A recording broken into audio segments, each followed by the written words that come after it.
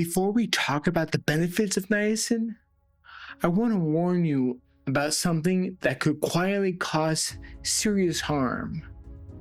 It's a form that gets marketed as safer, more convenient, even flush-free. But in reality, it carries a much higher risk to your health.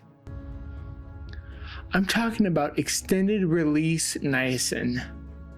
Recently, a longtime follower, Gerhard Biz, told me their walking got worse the day after taking niacin. They thought it might be raising their body temperature and triggering an MS flare. That comment is what pushed me to make this video. Niacin doesn't raise your core temperature. The warmth is the classic flush, vasodilation in the skin caused by prostaglandin release. You feel hot on the surface, but your internal body temperature remains normal. If your MS symptoms are heat sensitive, that surface warmth alone can temporarily make movement harder. The flush isn't dangerous. It's uncomfortable, sure, but it's not the problem I worry about. The real danger is extended release niacin, also called sustained release niacin, controlled release niacin, or time release niacin. And at high doses, extended release is the form most often linked to serious liver toxicity. Here's why. Immediate release niacin is metabolized quickly via the conjugation pathway, producing a flush but sparing the liver prolonged exposure. Extended release niacin drips into the bloodstream for hours, forcing metabolism through the imidation pathway, which produces toxic intermediates. This slow trickle can elevate liver enzymes, cause hepatitis, and in rare cases, lead to acute liver failure, often without obvious early symptoms. Multiple case reports in medical literature highlight severe outcomes when high-dose ER niacin was used, sometimes even after just a few months. So the flush I get from regular niacin, I actually see it as a safety feature. It just tells me that it's active. Extended release niacin removes that warning sign and quietly increases the risk of liver injury. My approach is straightforward. I stick to immediate release only. I always check the label for ER terms like sustained release or time release. And I'm at 1500 milligrams and I'm not going up or down. Niacinamide, the no-flush form of B3, supports NAD plus metabolism, but does not activate the GPR109 receptor, which is responsible for many of niacin's lipid and immune effects. It's generally safer for the liver at moderate doses, but very high intakes can still cause hepatotoxicity. For those seeking neuroprotective or remyelination support, niacinamide may play a complementary role, but it won't trigger the same vascular responses as niacin. For MS recovery, niacin's potential benefits are still being studied, sure. But here is where it gets exciting for me.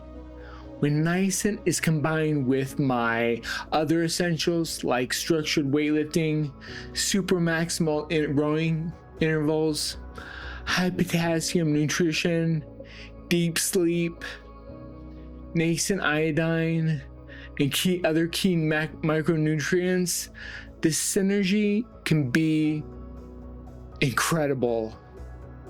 Those elements together create this metabolic, hormonal, and neurological environment perfect for repair. Niacin's role in boosting NAD+, activating anti-inflammatory pathways, and potentially signaling oligodendrocyte precursor cells to remyelinate works best when the rest of my lifestyle is already telling my nervous system, hey, it's safe to rebuild. This multi-pillar approach matters because remyelination is energy intensive and dependent on a permissive immune environment. Resistance training stimulates growth factors and increases neural drive. Potassium supports nerve conduction and cellular homeostasis. Quality sleep consolidates motor learning and promotes myelin repair during deep and REM stages. Niacin, layered on top, can enhance mitochondrial function and support microglial cleanup of myelin debris. When these interventions converge, the potential for functional recovery is far greater than any single intervention alone. And this is why I never look at niacin in isolation. In my experience, the biggest breakthroughs happen when it's part of a coordinated plan. One where training, nutrition, rest, and targeted supplementation are all pushing in the same direction. It's not just about taking a pill. No. It's about creating the conditions where your body can actually use what you give it to rebuild, repair, and come back stronger. Red flags that warrant stopping and calling your clinician include dark urine, pale stools, jaundice, right upper quadrant abdominal pain, severe fatigue, or unexplained loss of appetite. In long-term use, monitoring uric acid and fasting glucose is also important, as niacin can raise both. Common mistakes I see are things like buying flush-free products that are actually extended release, starting with massive doses, taking it right before a hot shower or a workout, or mixing it with alcohol, or assuming no flush means no risk. In rare cases, ER niacin has been associated with delayed toxicity, where liver damage appears suddenly after months of normal labs. This unpredictability is another reason why regular monitoring and sticking with immediate release niacin is the safer choice. So, answering Gerhard Biz's original question in one sentence, niacin doesn't raise your core temperature, but the skin flush can feel like heat and temporarily aggravate heat-sensitive MS symptoms.